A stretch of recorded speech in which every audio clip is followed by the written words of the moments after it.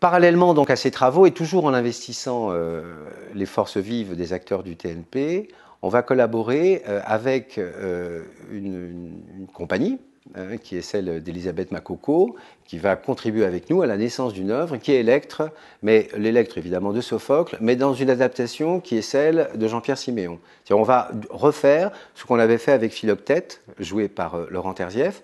On va prendre la variation, ce qu'on appelle une variation d'essence poétique sur le texte d'Électre. Je ne vais pas raconter l'histoire d'Électre, mais on connaît la rancœur de la fille qui s'exclut elle-même du palais et qui en veut à sa mère et à son amant d'avoir assassiné le père. Et elle est en attente de sa vengeance. Donc on est dans un policier, en fait. On est dans une situation qui est une situation familiale dans laquelle la question de la vengeance est dominante. Alors, on va être dans une grande tradition, d'une part dramaturgique, qui est de vieillir Électre. C'est-à-dire Électre, qui sera joué par Elisabeth Makoko, sera plus vieille que sa mère, comme le fit Vitesse en son temps. C'est-à-dire que Clytemnestre est installée dans la jouissance de son corps, de son palais, dans une sorte de jeunesse éternelle, alors que la fille, en rancœur et en exclusion d'elle-même, de sa féminité, vieillit plus vite qu'elle, ce qui crée une tension particulière.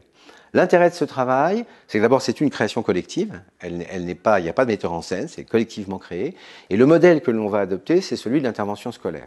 Lorsqu'on intervient, nous, dans des lycées ou des collèges, et qu'on porte cette parole, on travaille dans la crudité du lieu, et le lieu est extrêmement difficile en réalité.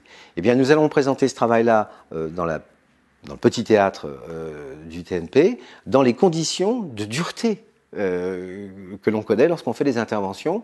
Et on va voir qu'à partir de cette dureté, qui prend d'abord la langue et la lecture, je dirais, comme tout départ de l'œuvre, le théâtre se déploie et la capacité du théâtre est toujours supérieure à ses moyens de production.